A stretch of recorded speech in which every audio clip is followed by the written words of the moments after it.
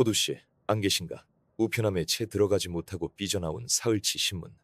음악 몸져 누웠다가 사흘 만에 신문을 배달하러 온 배달원은 그 광경에 불길한 예감을 느꼈습니다. 바로 집주인에게 연락했고 뒷문 창문으로 집 안으로 들어갑니다. 집주인을 찾던 중 거실에 쓰러져 있는 노인 한 분을 발견했습니다. 황급히 구급차를 부르고 노인에게 말을 겁니다. 괜찮으세요? 대답 좀 해보세요. 하지만 이때 그는 알지 못했습니다. 이 노인이 자신의 인생을 송두리째 바꿔놓게 될 줄은. 아직 밤의 장막이 짙게 남은 새벽 4시 낡은 자명종이 울리기도 전에 화들짝 눈을 뜬 한 청년이 있었습니다. 사사키 유타, 25살. 지은 지 40년이 넘은 허름한 목조 아파트에서는 겨울의 냉기가 외풍이 되어 가차없이 그를 덮칩니다. 자, 슬슬 일어나 볼까? 마음을 다잡고 어둠 속에서 손을 더듬어 벽에 스위치를 찾습니다. 딸깍 소리가 났지만 방의 조명은 어째서인지 켜지지 않습니다. 그는 작게 한숨을 쉬고는 테이블 위에 놓인 얇은 종이 한 장을 보았습니다. 그것은 전력회사에서 온 전기 공급 중단 통지서였습니다. 통지서에 적힌 납부 기한은 사흘 전에 이미 지나 있었습니다. 또 끊겼나? 그는 신문 배달과 창고 단기 아르바이트를 겸하고 있었지만 어머니의 병원비로 남은 빚과 월세를 내기에도 벅찼습니다. 전기가 끊기는 이 상황도 이제는 익숙해질 대로 익숙해졌습니다. 곁에 놓아두었던 손전등 불빛의 의지에 부엌으로 향하고 수돗물로 얼굴을 씻습니다. 그 지독한 차가움에 순식간에 손바닥의 감각이 사라졌습니다. 아침 식사는 어제 마트에서 가장 저렴했던 컵라면입니다. 하지만 전기가 없어 물을 끓일 수가 없습니다. 차가운 수돗, 물로 어떻게든 면을 불려서 그대로 먹습니다. 이것이 그의 평소 아침 식사였습니다. 좋아, 가자. 전기가 끊겨 가라앉았던 기분을 어떻게든 끌어올리며 신문 배달 준비를 시작합니다. 배낭을 매기 전 그는 선반 위에 놓인 사진 한 장으로 손을 뻗었습니다. 사진 속에는 온화하게 미소 짓고 있는 어머니의 모습이 담겨 있습니다. 유타는 사진을 향해 나지막이 속삭였습니다. 엄마, 다녀올게요. 그림책 작가가 되겠다는 약속 못 지켜서 미안해요. 그의 꿈은 어머니가 무척 좋아하셨던 그림책의 작가가 되는 것이었습니다. 유타가 어렸을 적 어머니 미사키는 잠들기 전이면 반드시 직접 만든 작은 손수 그림책을 읽어주곤 했습니다. 색연필로 그린 따뜻한 그림과 미사키의 다정한 목소리. 그 시간은 유타에게 무엇보다 소중한 보물이었습니다. 나도 커서 이렇게 따뜻한 마음이 드는 그림책을 만들고 싶어. 그거 기대되네. 엄마가 응원할게. 유타의 아버지는 그가 어릴 때 돌아가셔서 지금까지 미사키와 단둘이 살아왔습니다. 미사키는 유타를 키우기 위해 매일같이 필사적으로 일했습니다. 하지만 그 무리가 화근이 되어 어느 날 병을 얻고 맙니다. 다행히 수술 후에는 순조롭게 회복되어 한동안은 예전처럼 일할 수 있을 만큼 건강하게 지냈습니다. 하지만 유타가 고등학교 3학년이 되던 가을 미사키의 지병이 재발하고 만 것입니다. 미사키의 치료비와 생활비를 위해 유타는 미대 진학을 포기하고 아르바이트에만 매달리는 생활을 시작했습니다. 그리고 5년 전 유타의 필사적인 간병에도 불구하고 미사키는 하늘나라로 떠났습니다. 미사키가 세상을 떠난 후에도 그녀의 치료비로 생긴 빚을 갚느라 꿈을 좇는 것은 허락되지 않았습니다. 그는 미사키에게 아무것도 해주지 못했다는 죄책감에 계속해서 시달리고 있었습니다. 유타는 여느 때처럼 미사키의 유품인 낡은 스케치북 한 권을 배낭에 넣었습니다. 이것만큼은 곁에 두고 싶어서 유타는 스케치북을 한시도 몸에서 떼지 않고 다닙니다. 밖으로 나오니 칠흑 같은 어둠이 깔려 있습니다. 그는 배달을 위해 차가운 공기를 가르며 달리기 시작했습니다. 배달이 중반에 접어들었을 무렵 동쪽 하늘이 서서히 밝아오기 시작했습니다. 음악 고급 주택가 한쪽에서 신문을 돌리고 있을 때 번쩍번쩍하게 닦인 검은색 고급 외제차가 갑자기 눈앞에 나타났습니다. 운전석 문이 열리고 안에서 훤칠한 체격에 고급 브랜드 코트를 걸친 남자가 내립니다. 그 남자의 얼굴을 본 유타는 저도 모르게 오토바이 음악 위에서 몸이 굳어버 립니다. 굳이 고급 외제차에서 내린 남자는 유타의 고등학교 동창인 후지 이타쿠미였습니다. 당시 유타와 같은 미술부 소속으로 유타와 어깨를 나란히 할 만큼 재능을 인정받던 남자입니다. 유타가 미대 추천을 포기한 후 후지인은 그대로 미대에 진학했고 졸업 후에는 유명 디자인 회사에 취직했습니다. 지금은 소문으로 독립해서 성공했다고 들었는데 후지인은 유타를 알아보고 순간 놀란 듯한 표정을 지었습니다. 하지만 그 표정은 이내 경멸이 깃든 차가운 미소로 바뀌었습니다. 어라, 혹시 사사키 아니야? 후지, 오랜만이네. 그는 유타의 초라한 배달원 유니폼 차림을 훑어보며 음악 비웃듯이 쏘아붙였습니다. 소문은 들었지만 너 아직도 신문 배달 같은 거 하고 있는 거냐? 미대 갈 수 있었는데 아깝게 됐네. 후지인은 천천히 유타의 주위를 한 바퀴 돌더니 고급스러워 보이는 가죽 구두로 유타의 오토바이 타이어를 가볍게 툭 찼습니다. 이 낡아빠진 오토바이로 매일 이 근처 집들을 어슬렁거리고 있는 거냐? 미대 추천까지 걷어차고 선택한 인생이 고작이거냐? 옛 동창으로서 동정이 간다. 야, 후지이의 말은 날카로운 비수처럼 유타의 마음을 깊게 후벼 팠습니다. 난 이제 내 디자인 사무소도 갖고 있다고. 네가 배달하는 이 신문에 실린 광고, 그것도 내가 만든 거야. 참 아이러니하지 않냐? 후지이는 고급 외제차 키를 손가락으로 빙빙 돌리며 쐐기를 박았습니다. 다들 네가 나보다 재능이 뛰어나다고 뒤에서들 그랬지. 하지만 재능이란 건 결국 그걸 살릴 환경이나 돈이 없으면 쓰레기가 되는 거더라고. 덕분에 좋은 공부가 됐어. 유타의 오른손은 굴욕과 음악 분노로 굳게 쥐어졌고 어느새 손톱이 손바닥을 파고들어 음악 피가 맺히고 있었습니다. 뭐라고 반박하고 싶었지만 말이 제대로 나오지 않았습니다. 후지의 말이 틀림없는 현실이었기 때문입니다. 자신은 꿈을 포기하고 음악, 미대 추천을 걷어차고 전기세도 밀리는 단칸방에 살고 있습니다. 반면 후지인은 재능을 살려 성공한 인생을 여유롭게 살고 있었죠. 자신의 너무나도 비참한 현실, 음악의 고개조차 들 수 없었습니다. 뭐, 앞으로도 열심히 해봐. 배달부 양반. 후지인은 그렇게 말을 뱉어내고는 고급차의 엔진 소리를 울리며 쏜살같이 사라졌습니다. 젠장 유타는 너무나도 분한 마음에 눈앞이 흐려졌습니다. 하지만 지금은 감상에 젖어 있을 틈이 없습니다. 배달을 끝내지 못하면 오늘 하루를 버틸 일당을 받을 수 없으니까요. 유타는 가슴 속에서 들끓는 진득한 분노와 억울함을 억누르고 다시 오토바이에 시동을 걸었습니다. 그 엔진 소리는 마치 그의 마음의 비명처럼 이른 아침 주택가에 울려 퍼졌습니다. 후지이와 마주친 다음 날, 최근 며칠간의 갑작스러운 추위 탓에 전기마저 끊겨 난방도 하지 못했던 유타는 결국 몸살이 나고 말았습니다. 그는 떨리는 손으로 지국에 전화를 걸었습니다. 지국장님, 죄송합니다. 오늘 아침부터 몸이 안 좋아서 하루만 쉬고 싶은데요. 전화 너머의 지국장은 곧바로 고함을 질렀습니다. 갑자기 그러면 곤란하지. 이렇게 바쁠 때 말이야. 어쩔 수 없지만 앞으로는 몸 관리 좀 제대로 해. 죄송합니다. 전화를 끊은 유타는 이불소에서 몸을 웅크렸습니다. 병원에 갈 돈도 따뜻한 밥 한 끼 사 먹을 돈도 없습니다. 그저 냉골 같은 방에서 어서 열이 내리기만을 기다릴 수밖에 없었습니다. 그렇게 겨우 몸을 추스르고 사흘 뒤 평소처럼 신문 배달을 위해 부촌의 한쪽에 있는 오래된 주택 앞에서 오토바이를 세웠습니다. 그 집 음악에는 토도시라는 78살의 할아버지가 살고 있었습니다. 그는 유타가 배달을 시작했을 때부터 늘 다정하게 말을 걸어주던 몇 안 되는 손님 중 한 분이었습니다. 하지만 토도시 댁의 우편함을 들여다본 순간 유타는 위화감을 느꼈습니다. 우편함 입구로 사흘치의 신문이 삐져나와 있었기 때문입니다. 어라, 토도 할아버지는 매일 빠짐없이 신문을 읽으시는 아주 꼼꼼하신 분이었습니다.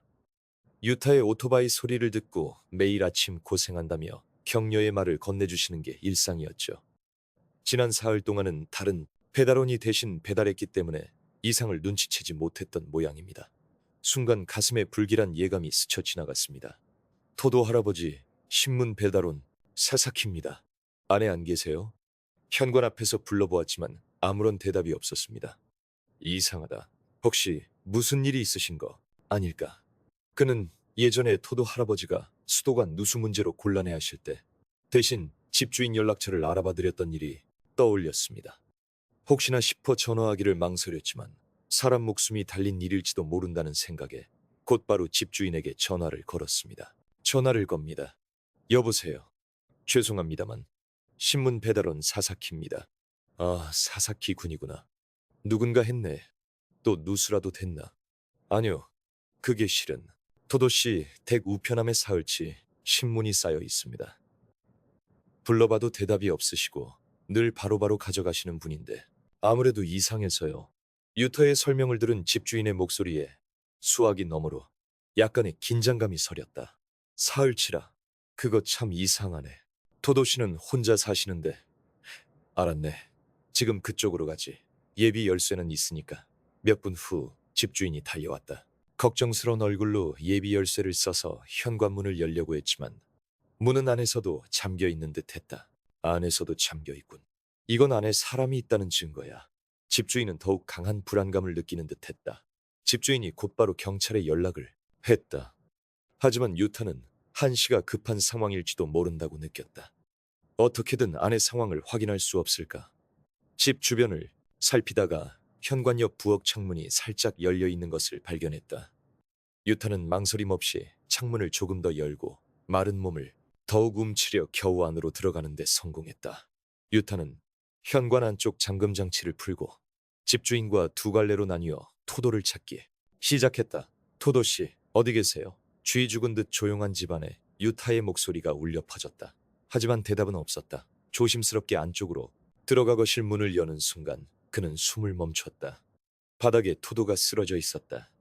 토도는 안색이 창백했고 의식이 없는 듯 보였다. 집주인 아저씨, 이쪽에 토도 씨가 쓰러져 계세요. 빨리 구급차 좀 불러주세요. 유타는 큰 소리로 집주인에게 외치고 서둘러 토도의 곁으로 달려갔다. 토도 씨, 정신 차리세요. 토도 씨. 반응은 없었지만 희미하게 숨을 쉬고 있는 것을 확인하고 안심했다. 몇십 분 후 구급차가 도착했다. 유타는 즉시 구급대원에게 상황을 설명하고 집주인에게 뒤실을 부탁했다. 아저씨, 토도 씨 좀 부탁드립니다. 저는 아직 배달이 남아서 바로 돌아가 봐야 해요. 아, 알았네. 사사키 군은 자네 일을 마저 하게. 유타는 다시 오토바이에 올라타 남은 신문 배달을 서둘렀다. 토도에 대한 걱정이 머릿속을 떠나지 않아 평소보다 훨씬 거칠게 운전하고 말았다. 차가운 공기가 가차없이 그의 몸을 때렸다. 겨우 배달을 마치고 그는 곧장 병원으로 향했다. 병원 대기실은 소독약 냄새로 가득했고 어딘가 차가운 분위기에 휩싸여 있었다. 얼마나 시간이 흘렀을까? 간호사 한 명이 대기실 문을 열고 나왔다. 토도세이치로 님 가족 되시나요? 아니요, 가족은 아닙니다. 신문, 배달원인 사사키라고 합니다. 간호사는 유타의 배달원 유니폼을 힐끗 보더니 순간 차가운 표정을 지었다. 배달원이요? 그때 안쪽 진찰실에서 흰 가운을 입은 의사가 나왔다. 간호사가 유타의 신분을 의사에게 작은 목소리로 전했다. 그러자 의사는 유타를 힐끗 쳐다보더니 바로 차가운 시선을 보냈다. 상태는 안정됐습니다. 생명에는 지장이 없을 겁니다. 의사의 말에 유타는 진심으로 안도했다. 감사합니다. 다행이네요. 하지만 의사는 유타의 안도하는 말에 아무런 감흥도 보이지 않고 차갑게 내뱉었다. 그렇게 됐으니 관계자가 아니면 이제 돌아가셔도 좋습니다. 유타는 의사의 차가운 말에 온몸에 피가 싹 가시는 것을 느꼈다. 네, 하지만 저희는 응급 환자 대응으로 바쁩니다. 가족분들에게 연락이 오면 그쪽의 자세한 상황을 설명하겠습니다. 당신 같은 생판남 음악이 여기 있어봤자 방해만 될 뿐입니다. 생판남이라는 그 말이 유타의 가슴에 깊이 박혔다. 의사의 말이 사실이긴 했지만 그 너무나도 음악 차가운 말투에 유타는 할 말을 잃었다. 하지만 지금은 그의 회복이 최우선이었다. 알겠습니다. 토도 씨를 잘 부탁드립니다. 그는 깊은 소외감과 말할 수 없는 허무함을 느끼며 대기실 딱딱한 의자에서 일어섰다. 자신이 세상의 눈에 얼마나 하찮은 존재인지를 다시 한번 깨닫게 된 순간이었다. 어차피 난 그저 신문 배달원일 뿐이야. 그의 마음은 며칠 전 후지. 이 부장의 말과 오늘 의사의 차가운 말에 산산조각 음악나 있었다. 마음이 갈기갈기 찢어지는 듯 했습니다. 그는 무거운 발걸음으로 병원 자동문을 향해 걷기 시작합니다. 출구에 다다랐을 바로 그 순간 배낭 옆 주머니에 넣어두었던 무언가가 툭 하고 바닥으로 떨어졌습니다. 그것은 어머니의 유품인 손때 묻은 검은 스케치북이었습니다. 유타는 황급히 그것을 주우려 바닥에 무릎을 꿇습니다. 떨어진 충격으로 표지가 펼쳐진 스케치북 안에는 어머니가 그린 따뜻한 색감의 작은 꽃 그림이 그려져 있었습니다. 유타는 스케치북을 다시 품에 안고 아픈 가슴을 억누르며 어두운 표정으로 병원을 나섰습니다. 토도 씨가 병원으로 실려간 지 꼭 일주일이 지났습니다. 유타는 그날에 의사의 차가운 말이 귓가에서 떠나지 않아 토도 씨의 상태를 걱정하면서도 병문안을 갈 엄두를 내지 못했습니다. 신문 배달을 마치고 유타가 아파트로 돌아오자 현관 밖에서 실례합니다 하고 가녀린 목소리가 들려왔습니다. 네. 유타가 문을 열자 그곳에는 지팡이를 짚은 토도 씨가 서 있었습니다. 토도 씨는 조금 야윈 듯 보였지만 안색도 좋고 온화한 미소를 띠고 있었습니다. 토도 씨, 어쩐 일로 여기에? 몸은 괜찮으세요? 네, 어제 무사히 퇴원했습니다. 다 당신 덕분입니다. 유타는 놀라움과 동시에 안도감이 밀려왔습니다. 토도 씨가 깊이 고개를 숙였습니다. 병원에서 당신이 저를 구해줬다고 들었습니다. 꼭 직접 감사를 표하고 싶어서 집주인분께 연락처를 여쭤보고 이렇게 찾아왔습니다. 토도 씨의 눈은 진지했고 그의 진심 어린 감사가 전해져 왔습니다. 일단 박근추운이 안으로 들어오세요. 이쪽으로 오시죠. 황급히 토도 씨를 좁은 방 안으로 안내했습니다. 감사라니요. 당연한 일을 했을 뿐입니다. 제가 그날 우연히 발견했을 뿐인걸요. 아닙니다. 그때 당신이 발견해주지 않았다면 제가 지금쯤 어떻게 됐을지 정말 진심으로 감사하고 있습니다. 유타는 병원에서의 차가운 대우가 거짓말이었던 것처럼 따뜻한 말을 건네받자 가슴속 깊은 곳이 뭉클하게 뜨거워지는 것을 느꼈습니다. 토도 씨는 방 안을 휙 둘러봅니다. 여기저기 벗겨진 벽지, 전기가 끊긴 형광등, 그리고 산더미처럼 쌓인 컵라면 빈 용기들. 유타의 방은 그의 힘겨운 생활 환경을 여실히 보여주고 있었습니다. 토도 씨는 그 광경을 조용히 바라보았지만 아무 말도 하지 않았습니다. 유타는 토도 씨의 그런 배려를 고맙게 여기면서도 한편으로는 비참한 기분이 들었습니다. 누추한 방이라 죄송합니다. 괜찮습니다. 저도 젊었을 때는 비슷했으니까요. 토도 씨는 그렇게 말하며 부드럽게 미소 지었습니다. 유타는 화제를 바꾸려 차를 가져오기로 했습니다. 지금 차를 내오겠습니다. 차가운 것밖에 없지만요. 고맙습니다. 유타가 차를 가지고 돌아오자 토도 씨가 테이블 한쪽에 놓인 어머니의 유품인 스케치북에 시선을 고정하고 있는 것을 발견합니다. 아, 유타는 순간적으로 그 스케치북을 손에 들고 숨기려 했습니다. 그것은 이루지 못한 꿈의 잔해이자 배달원으로서의 초라한 자신과 한때 재능 있던 과거의 자신을 비교하게 만드는 그의 마음속 약점 그 자체였기 때문입니다. 하지만 토도 씨는 유타의 그 순간적인 동요를 놓치지 않았습니다. 사사키 씨, 그건? 유타는 등 뒤로 숨긴 손을 더욱 세게 쥐었습니다. 아니요, 별거 아닙니다. 토도 씨는 방금 전까지의 온화한 표정에서 돌변하여 진지한 눈빛으로 유타를 바라보았습니다. 괜찮으시다면 좀 보여주시겠습니까? 그 말에는 거절할 수 없는 강한 힘이 실려 있었습니다. 유타는 그 눈빛에서 무언가 간파당하는 듯한 정체 모를 압박감을 느꼈습니다. 그리고 토도 씨의 진지한 태도에 못 이겨 마지못해 스케치북을 건넸습니다. 정말 별거 아닙니다. 취미로 끄적거린 낙서 수준이라서요. 토도 씨는 조용히 그 스케치북을 받아들었습니다. 그리고 가슴 주머니에서 돋보기를 꺼내 천천히 첫 페이지를 펼쳤습니다. 그는 한 장 한 장 정성스럽게 동화책 원화 스케치를 넘겨봅니다. 그 안에는 유타의 고된 삶과 미래에 대한 절망에서 벗어나려는 듯 그린 따뜻한 터치의 동물과 아이들 그림이 생생하게 그려져 있었습니다. 몇 페이지를 넘겼을 때 토도 씨의 손이 그의 손길이 멈췄습니다. 바로 다음 순간 토도의 눈에서 굵은 눈물방울이 후두둑 떨어져 내렸습니다. 어째서 이런 그림을 그릴 수 있는 사람이 아파트에서 신문 배달 따위를. 그는 조용히 눈물을 닦고는 마음을 다잡았습니다. 큰 신뢰를 범했습니다. 너무나도 훌륭한 재능을 마주하니 감정을 주체할 수가 없었습니다. 유타는 토도의 모습에 그저 압도되어 그 자리의 분위기에 휩쓸리고 말았습니다. 저기, 토도 씨는 대체 어떤 분이십니까? 그러자 토도는 품에서 손때 묻은 가죽 명함 지갑을 꺼냈습니다. 정식으로 인사를 드리는 건 처음이군요. 다시 한번 인사드립니다. 토도 이치로라고 합니다. 유타는 건네받은 명함을 떨리는 손으로 받았습니다. 거기에는 전 공문사 출판 편집부 편집장이라고 인쇄되어 있었습니다. 유타는 갑작스럽게 알게 된 대형 출판사의 이름에 놀라면서도 그의 이름이 전혀 귀에 익지 않다는 사실을 솔직하게 입 밖으로 내뱉고 말았습니다. 공문사의 토도 이치로 씨, 죄송합니다. 제가 은퇴한 지 오래되어서 모르시는 것도 무리는 아니지요. 저는 40년간 그림책 편집자로서 출판업계에 몸담아 왔습니다. 이 업계에서 토도라고 하면 조금은 알려져 있는 이름입니다. 이래봬도 수많은 베스트셀러 그림책을 세상에 내보냈지요. 그의 말에는 결코 거만함이 없었고 오직 진짜 배기로서의 조용한 무게감만이 느껴졌습니다.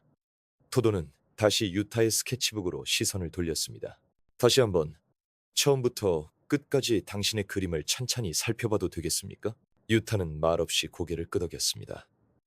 토도는 유타가 그린 수많은 그림을 이번에는 전문가로서의 날카로운 눈으로 한 장 한 장 진지하게 바라보았습니다.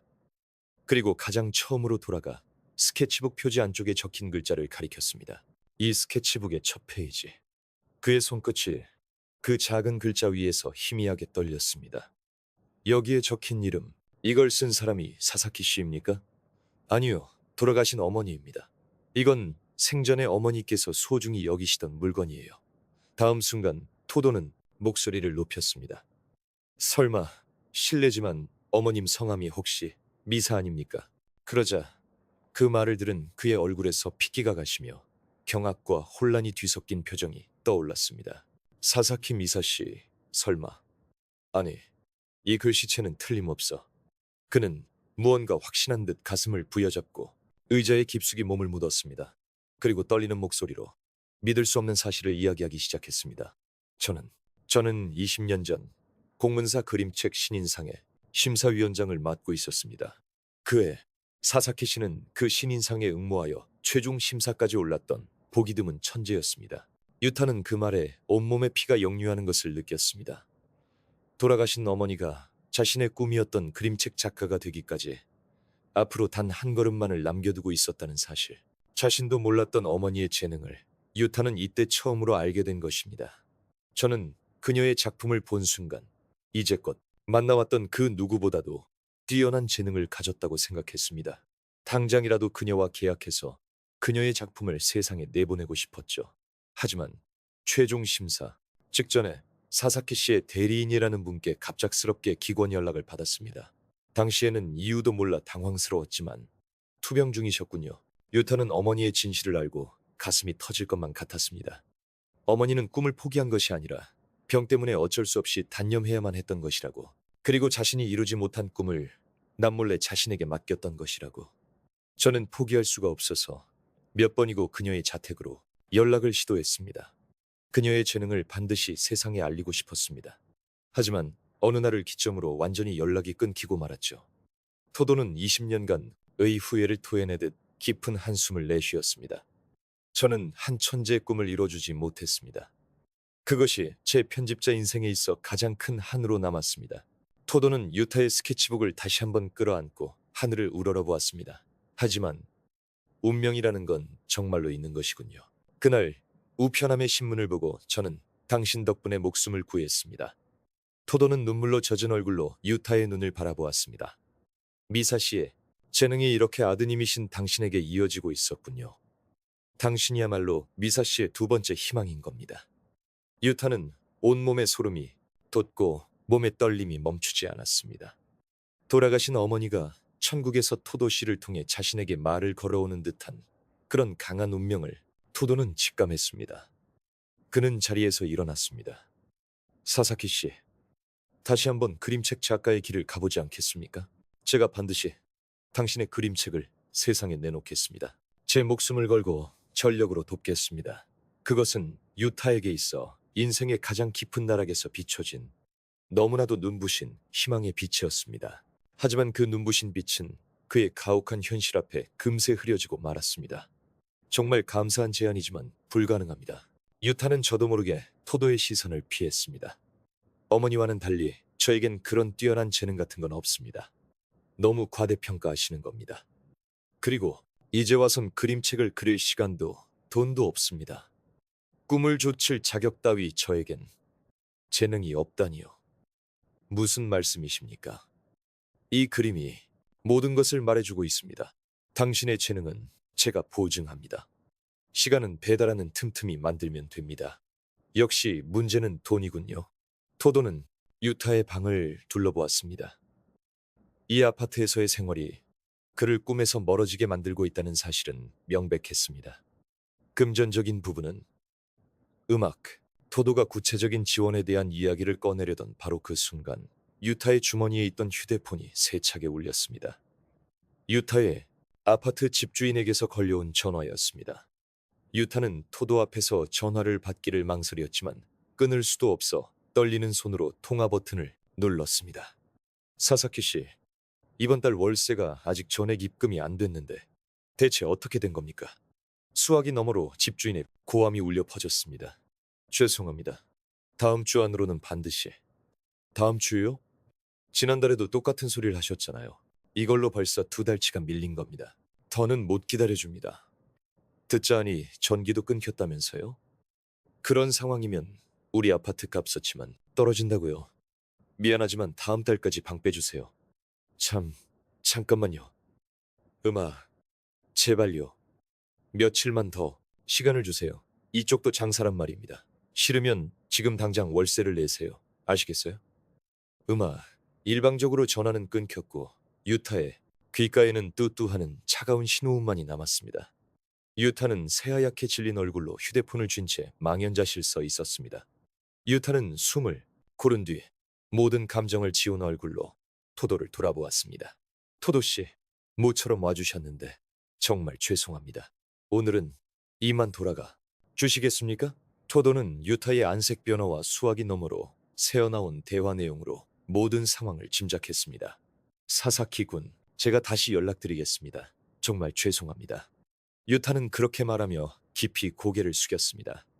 토도는 아무 말 없이 그저 걱정스러운 눈빛으로 유타를 바라보다 조용히 자리에서 일어나 방을 나섰습니다. 토도가 내민 희망의 빛이 현실이라는 차가운 파도에 삼켜지는 것을 음악 느꼈습니다.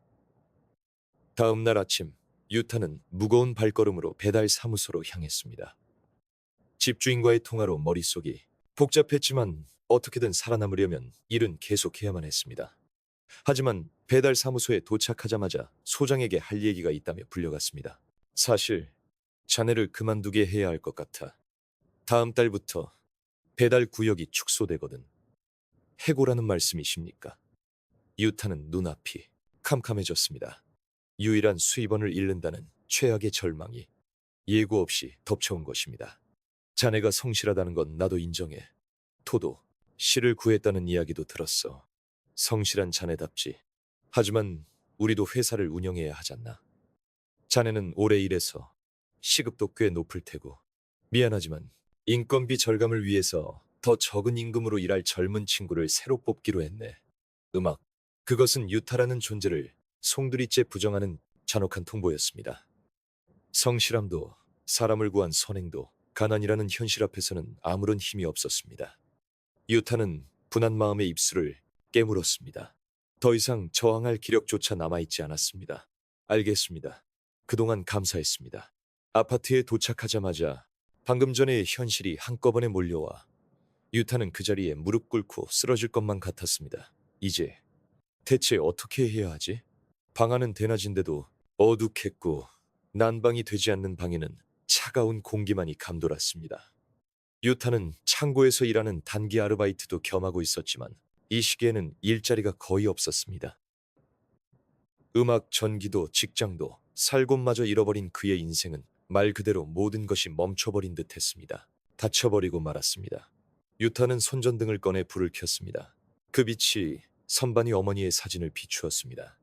어머니의 다정하고 미소 짓는 얼굴이 어둠 속에서 떠올랐습니다. 유타는 어머니의 사진을 두 손으로 힘껏 끌어안고 소리 죽여 울었습니다. 엄마, 이젠 한계예요.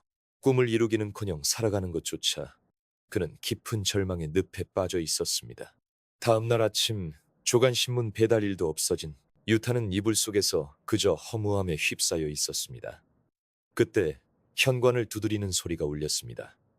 비틀거리며 현관으로 향해 문을 열자 그곳에는 지팡이를 짚은 토도 씨가 서 있었습니다. 토도 씨는 늘 받던 시간에 신문을 받았을 때 배달원이 유타가 아니라는 것을 알아차렸습니다. 어제 있었던 전화 통화도 마음에 걸렸던 토도 씨는 안절부절 못하다 유타의 아파트로 한 걸음에 달려온 것이었습니다. 그는 유타의 침울한 얼굴을 보고 대강의 사정을 짐작했습니다. 토도 씨는 유타를 똑바로 바라보며 망설임 없는 힘찬 목소리로 말했습니다. 사사키 군, 우리 집으로 오게. 우리 집에 빈 방이 하나 있어. 자네는 거기서 그림을 그리게나. 토도 씨의 제안에 고개를 숙이고 있던 유타는 저도 모르게 얼굴을 들었습니다. 월세는 필요 없네. 전기세나 식비도 걱정하지 말게. 그 대신 자네는 매일매일 그림책 제작에만 집중하게. 유타는 그의 갑작스러운 제안에 할 말을 잃었습니다. 일자리도 걱정 말게. 내가 아는 곳에 오전 중에만 잠깐 일하면서 무리하지 않을 만한 곳을 소개해주지. 생활 기반은 내가 마련해주겠네. 그 따뜻한 말의 무게를 견디지 못하고 유타의 눈에서 굵은 눈물방울이 흘러내렸습니다. 어째서 저한테 이렇게까지 해주시는 건가요? 어째서 저 같은 놈을 위해서? 토도 씨는 천천히 유타의 곁에 앉아 떨리는 그의 어깨에 손을 얹었습니다. 자네 어머니 미사씨 말일세. 나는 그녀의 재능을 세상에 알리지 못했어. 그녀가 꿈을 포기하게 만든 사람 중 하나가 바로 나일세. 하지만 그건 어머니께서 편찮으셔서 어쩔 수 없이. 물론 미사씨가 심사를 포기한 건 병 때문이었지. 하지만 나는 그때 그녀의 재능에 반해 있었으면서도 그녀가 포기하겠다는 연락을 해왔을 때 그 이유를 깊이 파고들지 않았어. 대리인이 전하는 말 한마디에 순순히 물러나고 말았지. 그는 회한에 찬 표정을 지으며 말을 이었습니다. 원래대로라면 내가 당장 그녀에게 달려가서 어떤 상황에서든 그녀가 계속 그림을 그릴 수 있도록 어떤 식으로든 도움을 제안했어야 했네. 당시에 나는 그럴 수 있는 위치에 있었는데도 말이야. 토도 씨는 얼굴을 찡그렸습니다. 그녀의 재능은 병마와 싸워 이길 만큼 귀한 것이었어. 나는 그저 재능을 썩혔을 뿐만 아니라 그녀가 어려운 상황에 처한 걸 알면서도 편집자로서의 열정과 책임을 다하지 못했지.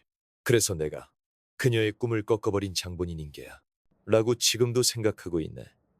유타는 그 진심 어린 말에 가슴이 먹먹해졌습니다. 자신의 어머니의 재능을 이렇게까지 알아주는 사람이 있었다니 꿈에도 생각지 못했습니다. 그러니 이건 결코 자네만을 위한 일이 아닐세. 나의 지난 20년간의 후회를 씻기 위한 일이기도 하네. 그의 간절함이 아프도록 전해줘 왔습니다. 적어도 그녀의 아들인 자네의 꿈이라도 이룰 수 있게 해주게. 미사씨가 하늘에서 웃을 수 있도록 말이야. 유타는 어머니의 한과 토도 씨의 깊은 애정과 속죄의 마음이 뒤섞인 그 말에 그저 통곡할 수밖에 없었습니다. 그의 인생이 걸린 절망의 벼랑 끝에서 한 줄기 희망의 빛이 비친 순간이었습니다. 토도 씨의 따뜻한 제안을 받아들인 유타는 그의 널찍한 한옥의 방 한 칸에 신세를 지게 되었습니다. 빈 방은 유타가 살던 낡은 아파트에 몇 배는 더 넓었고 창문으로는 온화한 햇살이 쏟아져 들어왔습니다. 또한 유타는 토도 씨의 소개로 일주일에 몇 번 오전 중에만 일하는 아르바이트도 시작했습니다. 이로써 최소한의 생활 걱정은 덜게 된 것입니다. 유타는 태어나서 처음으로 마음 편히 그림책 제작에만 몰두할 수 있는 환경에 감사했습니다. 하지만 토도 씨의 지도는 유타의 상상을 훨씬 뛰어넘을 정도로 혹독했습니다. 온화한 노인이라는 처신상은 완전히 사라지고 그의 얼굴에는 40년간 출판계를 이끌어온 전설적인 편집장으로서의 냉철한 일면이 드러나기 시작했습니다. 사사키 군, 자네 그림은 기술적으로는 흠잡을 데가 없어. 하지만 이래서는 전혀 안 돼. 토도 선생님의 지도는 기술적인 지적이라기보다 유타의 마음을 묻는 것이었다. 이 주인공의 미소가 진심에서 우러나온 거라고 생각하나? 네, 웃고 있다고 생각합니다. 아니, 웃고 있지 않아. 자네는 아직도 어딘가에서 그림책을 그저 꿈속의 이야기라고 여기고 있어. 자신의 비참한 현실에서 도망치기 위한 위안거리로 생각하고 있는 게지. 그림책은 말이야, 기술이 아니라 마음이야. 자네 마음속 깊은 곳의 따뜻한 감정을 독자에게 전달해야 해. 그게 없다면 그저 낙서나 다름없어. 토도 선생님은 유타의 원고를 가차없이 돌려보냈다. 다시 그려. 밤을 새워도 좋으니 스스로가 납득할 수 있을 때까지 온 마음을 다해서 그리란 말이다. 유타는 수십 장, 수백 장의 스케치와 원화를 찢어버렸다. 때로는 혹독한 지도에 눈물을 흘리기도 했지만 토도 선생님은 일절 타협하지 않았다. 어머니께서 보고 계셔. 네가 진심으로 꿈을 쫓는 모습을 하늘에서 지켜보고 계신다. 그 말에 유타는 몇 번이고 다시 일어섰다. 토도 선생님의 엄격한 지도와 유타의 피나는 노력이 석 달간 이어졌을 무렵 유타가 밤을 새워 그려낸 혼신의 그림책 한 권이 마침내 완성되었다. 제목은 어머니가 읽어주시던 이야기. 그것은 유타의 어린 시절 기억과 어머니에 대한 깊은 애정을 담은 따뜻한 그림책이었다. 토도 선생님은 완성된 원화를 한 장 한 장 넘겨보며 처음으로 만족스러운 표정을 지었다. 훌륭해. 사사키군. 자네 자신의 마음이 담긴 그림책이야. 이 정도라면 틀림없이 독자들의 마음을 움직일 수 있을 거다. 유타의 데뷔작은 토도 선생님이 예전에 몸담았던 대형 출판사, 문학사가 주최하는 동화 신인상에 응모하기로 했다. 토도 선생님은 순수하게 유타의 작품이 평가받기를 바랐기에 전직 편집장이었던 자신의 인맥을 일절 사용하지 않았다. 응모했으니 이제 결과를 기다리는 수밖에 없어. 불안한 건 알지만 지금은 다음 작품 구상에나 몰두하게. 유타는 토도 선생님의 말대로 결과 발표가 날 때까지 하루도 빠짐없이 다음 작품의 스케치에 매달렸다. 그리고 응모한 지 한 달 반이 지났을 무렵 어느 날 토도 선생님 댁에 유선 전화기가 갑자기 울리기 시작했다. 사사키 유타 씨 되십니까? 이번에 사사키님께서 출품하신 어머니가 읽어주시던 이야기가 1차 심사를 통과하여 연락드렸습니다. 유타는 심장이 멎는 것만 같았다. 해냈어요, 선생님. 1차 심사 통과했어요. 유타는 기쁨에 어쩔 줄 몰라 하며 거실에 있던 토도 선생님에게 달려갔다. 토도 선생님은 마치 자신의 일처럼 기뻐하며 눈시울을 붉혔다. 그런 선생님의 모습을 보고 있자니 다시 한번 감사의 마음으로 가슴이 벅차올랐다. 하지만 기쁨도 잠시. 토도 선생님이 갑자기 안색이 창백해지며 손에 쥐고 있던 지팡이를 놓치고 말았다. 그는 가슴을 부여잡고 그 자리에 쓰러졌다. 선생님, 괜찮으세요? 토도 선생님은 가냘픈 목소리로 괜찮다고 말하려 했지만 점점 의식이 희미해지는 것을 느꼈다.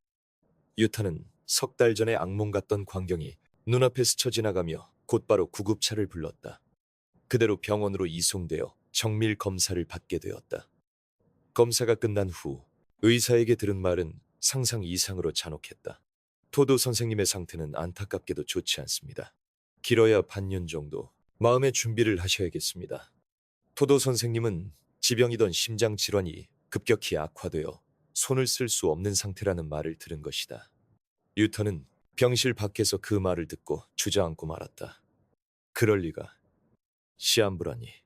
유타가 조용히 병실로 들어서자 토도 선생님은 창백한 얼굴이었지만 온화한 미소로 유타를 바라보고 있었다. 사사키군, 또 자네에게 신세를 졌군. 선생님, 유타는 의사의 말이 머릿속을 맴돌아 아무 말도 할 수가 없었다. 눈앞에 그에게 시한부라는 사실을 어떻게 전해야 할지 고민하고 있을 때 토도 선생님이 먼저 입을 열었다. 나는 이제 오래 살지 못할 것 같구나. 내 몸은 내가 가장 잘 알지. 토도 선생님은 유타의 떨리는 손을 잡으며 힘주어 말했다.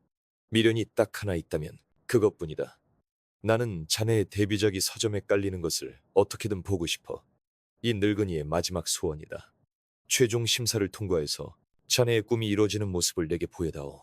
유타는 토도 선생님의 간절한 부탁에 눈물을 흘리며 힘껏 고개를 끄덕였다. 네, 선생님.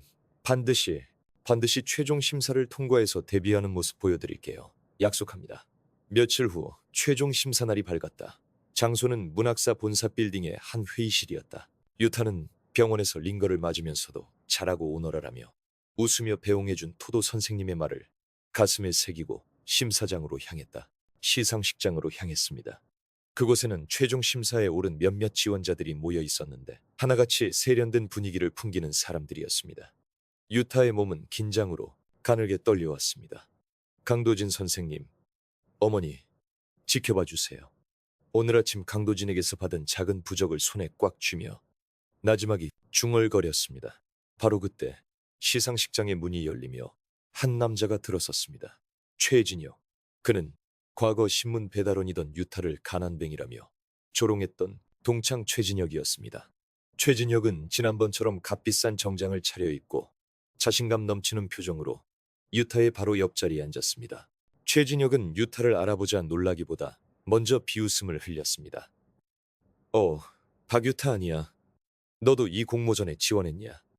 최진혁은 코웃음을 치며 유타의 작품이 놓인 테이블을 힐끗 쳐다보았습니다. 나도 말이야. 디자인 에이전시 사업을 확장하기로 해서 동화책 분야에도 진출했거든. 너야 옛날부터 그림은 곧잘 그렸으니. 어쩌다 보니 같은 무대에 서게 된 셈이네. 최진혁은 천천히 다리를 꼬며 의기양양하게 말했습니다. 여기까지 온 걸 보면 어떻게 최종 심사까지는 올라온 모양인데 헛수고야. 오늘도 내 작품이 뽑힐 테니까. 그리고 너 같은 신문 배달원 출신이 그린 그림이 상을 탈 리가 없잖아. 유타의 온몸에 다시금 굴욕감이 퍼져나갔습니다. 기껏해야 프로 수준이 어떤지 구경이나 하고 돌아가시지. 자신을 무시하는 최진혁에게 속으로 분노가 치밀었지만 그의 말을 무시한 채 그저 앞만 바라보았습니다. 나는 강도진 선생님과 어머니의 꿈을 짊어지고 있어. 이런 값싼 도발에 넘어갈 시간 따윈 없어. 그렇게 스스로에게 다짐했습니다. 그리고 마침내 심사 결과 발표의 시간이 다가왔고 심사위원장이 단상 위에서 무겁게 입을 열었습니다. 그럼 지금부터 제20회 미래문화 동화 신인상 결과를 발표하겠습니다. 장내가 순식간에 정적에 휩싸였습니다. 유타는 자신의 심장 소리가 주변에 다 들릴 것만 같을 정도로 극심한 긴장감에 휩싸였습니다. 올해 출품작들은 모두 수준이 높아 심사에 상당한 어려움이 있었습니다. 하지만 심사위원들의 마음을 가장 강하게 움직인 작품에 최우수 신인상을 수여하기로 결정했습니다. 유타는 두 눈을 감고 부적을 더욱 세게 쥐었습니다. 발표하겠습니다. 올해의 최우수 신인상은 박유타 씨. 작품명 어머니가 읽어주신 이야기입니다. 장내는 잠시 정적이 흘렀고 이내 우레와 같은 박수 소리에 휩싸였습니다. 유타는 자신의 이름이 불렸다는 사실을 믿을 수 없어 곧바로 자리에서 일어날 수 없었습니다. 반면 옆에 있던 최진혁은 새파랗게 질린 얼굴로 눈을 크게 뜨고 있었습니다. 어째서 하필이면 너 같은 놈의 작품이. 말도 안 돼. 유타는 심사위원장의 재촉을 받고서야 겨우 단상 위로 향했습니다. 심사위원장은 유타의 작품을 손에 들고 단상에서 뜨거운 심사평을 시작했습니다. 최종 심사에 오른 작품들은 모두 뛰어난 기술과 참신함을 갖추고 있었습니다. 하지만 이 박유타 씨의 작품은 달랐습니다. 이렇게까지 마음을 뒤흔드는 작품은 정말 오랜만입니다. 솔직히 말씀드리자면 이 작품에는 기술적으로 미숙한 부분도 눈에 띄었습니다. 심사위원장은 말을 이었습니다. 하지만 그것을 덮고도 남을 만큼의 진심이 담겨 있었습니다. 이 작품에는 작가의 어머니를 향한 깊은 사랑과 사람을 따뜻하게 만드는 마음이 담겨 있었습니다. 동화책이란 기술의 경연이 아니라 마음의 교감입니다. 박유타 씨의 작품은 그 본질을 훌륭하게 구현해냈습니다. 장내는 다시 한번 박수 소리로 가득 찼습니다. 심사평을 들으며 유타는 흐르는 눈물을 멈출 수가 없었습니다. 그것은 강도진이 혹독한 훈련 속에서 몇 번이고 유타에게 되뇌어 주었던 바로 그 말이었기 때문입니다. 심사평을 다 들은 최진혁은 자신의 작품이 탈락했다는 현실을 받아들이지 못한 채 그대로 시상식장을 뛰쳐나갔습니다. 그 모습은 과거 유타를 비웃던 오만한 남자의 모습과는 정반대의 초라하기 짝이 없는 모습이었습니다. 유타는 단상에서 객석을 바라보았습니다. 그의 눈에는 다정하게 미소 짓는 강도진과 돌아가신 어머니의 모습이 보이는 듯 했습니다. 최우수 신인상을 수상하고 몇 달 후 박유타의 데뷔작 어머니가 읽어주신 이야기는 드디어 전국의 서점에 깔리게 되었습니다.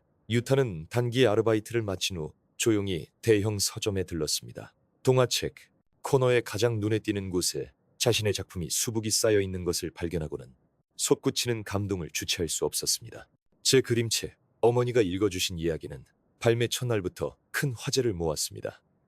심사위원장님의 뜨거운 공론과 그림책에 담긴 작가의 사랑이 입소문을 타고 퍼져 아침 일찍부터 서점에는 그림책을 사려는 부모와 아이들로 긴 줄이 늘어섰습니다. 유타는 한 모녀의 모습에 시선을 빼앗겼습니다. 어머니와 어린 여자아이가 가게 앞에서 막 구매한 그림책을 펼쳐 읽어주고 있었던 것입니다. 낭독이 이어질수록 어머니의 눈에서는 눈물이 흘러넘쳤고 여자아이도 조용히 눈물을 닦고 있었습니다. 정말 좋은 그림책이네요, 엄마. 이거 제 보물로 할래요. 그 음악 광경을 본 유타는 가슴 깊은 곳에서부터 따뜻한 무언가가 차올라 그 자리에서 움직일 수 없었습니다. 자신의 그림이 누군가의 마음을 따뜻하게 하고 부모와 자식 간의 유대를 깊게 하는 힘을 가졌다는 것을, 이것이야말로 토도 선생님이 원했던 마음이 담긴 그림책이라는 것을 다시금 확신했습니다. 2주 후 서점에서 첫 사인회가 열렸습니다. 유타의 앞에는 수많은 부모와 아이들이 줄을 서 있었습니다. 긴장하며 사인을 하고 있는데 한 어머니가 깊이 고개를 숙였습니다. 사사키 선생님, 이렇게 훌륭한 그림책을 써주셔서 정말 감사합니다. 읽어줄 때마다 저도 제 딸도 눈물이 멈추질 않아요. 이 그림책은 제 딸이 가장 아끼는 책이랍니다. 어머니는 그렇게 말하며 다정하게 미소 지었습니다. 유타는 벅차오르는 감정에 떨리는 목소리로 감사를 전했습니다. 감사합니다. 그렇게 말씀해 주시니 정말 기쁩니다. 그리고 출판사 주최의 시상식 날이 다가왔습니다. 병세가 악화되어 입원 생활을 음악하고 있던 토도 선생님은 시상식 참석이 어려울 것으로 알려져 유타는 병실에서 수상 소식을 음악 전할 생각이었습니다. 유타가 단상 위에서 연설을 하려고 마이크 앞에 선 바로 그 순간 행사장 뒤편의 문이 열리고 한 노인이 휠체어에 음악 탄치에 들어왔습니다. 유타는 병실에 있어야 할 그의 모습에 저도 음악 모르게 숨을 삼켰습니다. 토도 선생님은 의사에게 오늘 하루만은 일하며 말 그대로 목숨을 걸고 허락을 받아 간호사의 부축을 받으며 달려와 주신 것이었습니다. 유타의 뺨으로 한 줄기 눈물이 음악 흘러내렸습니다. 유타는 눈물을 닦고 깊이 고개 숙여 인사한 뒤 떨리는 목소리로 연설을 시작했습니다. 이번에 이 영예로운 상을 받게 되어 진심으로 감사합니다. 이 상은 결코 저 혼자의 힘으로 얻은 것이 아닙니다. 하나는 음악 천국에 계신 어머니 덕분입니다. 어머니가 안 계셨다면 저는 이 그림책을 완성하지 못했을 음악 겁니다. 유타가 행사장 뒤편을 바라봅니다. 그리고 또 하나는 제 스승님이신 토도 이치로 선생님 덕분입니다. 유타는 목소리를 떨며 음악 토도 선생님이 계신 뒤편을 향해 깊이 고개를 숙였습니다. 고개를 든 바로 그 순간 행사장 정면의 대형 스크린 음악에 갑자기 영상이 흐르기 시작했습니다. 그것은 토도 선생님이 유타의 꿈을 향한 도전을 기록하기 음악 위에 몰래 촬영했던 유타의 작업 풍경이었습니다. 거기에는 허름한 방에서 필사적으로 그림을 그리는 유타의 모습, 토도 선생님의 엄격한 지도에 분한 눈물을 흘리는 모습, 그리고 기쁨을 나누는 두 사람의 미소가 담겨 있었습니다. 그 영상은 유타에 알려지지 않은 고뇌와 토도 선생님의 깊은 애정을 웅변하고 있었습니다. 영상이 끝나고 새까맣게 변한 스크린에 토도 선생님의 필체로 쓴 커다란 글씨가 떠올랐습니다. 미사씨, 아드님이 약속을 지켰습니다. 그 순간 행사장에 모든 사람이 두 사람 사이에 있었던 20년간의 운명적인 인연을 이해했습니다. 감동의 물결이 행사장을 휘감았습니다. 심사위원장을 포함해 행사장에 있던 모든 이가 일제히 음악 자리에서 일어나 폭풍과 같은 기립박수를 보냈습니다. 유타는 단상에서 뛰어내려와 휠체어에 앉은 토도 선생님 곁으로 갔습니다. 토도 선생님, 사사키군, 정말 축하하네. 이제 더는 아무런 후회도 없어. 두 사람은 주위에 시선도 아랑곳하지 않고 서로를 힘껏 껴안았습니다. 3년 후 유타의 그림책은 시리즈로 출간되어 그는 국민적인 베스트셀러 작가가 되었습니다. 토도 선생님은 유타가 데뷔한 지 2년 후 음악 유타의 두 번째 작품 완성을 지켜보고 평안히 눈을 감았습니다. 유타는 어머니의 재능과 가르침을 후세에 남기기 위해 그림책으로 얻은 인세와 성공을 모두 쏟아부어 어머니가 읽어주신 이야기, 그림책 미술관을 설립했습니다. 미술관 입구에는 다정하면서도 자랑스럽게 미소 짓는 토도 선생님의 만년 사진이 걸려 있습니다. 유타는 오늘도 미술관 한편에 있는 아틀리에에서 그림을 그립니다. 그는 계속해서 그림을 그려나갔습니다. 그의 그림은 여전히 토도, 덩담의 가르침을 따라 사랑과 진심으로 가득했습니다. 이번 영상도 끝까지 함께 해주셔서 진심으로 감사합니다. 이 이야기를 통해 마음에 와닿은 대사나 인상 깊었던 장면이 있다면 댓글로 여러분의 생각을 들려주세요. 그럼 저희는 다음 영상으로 다시 찾아뵙겠습니다.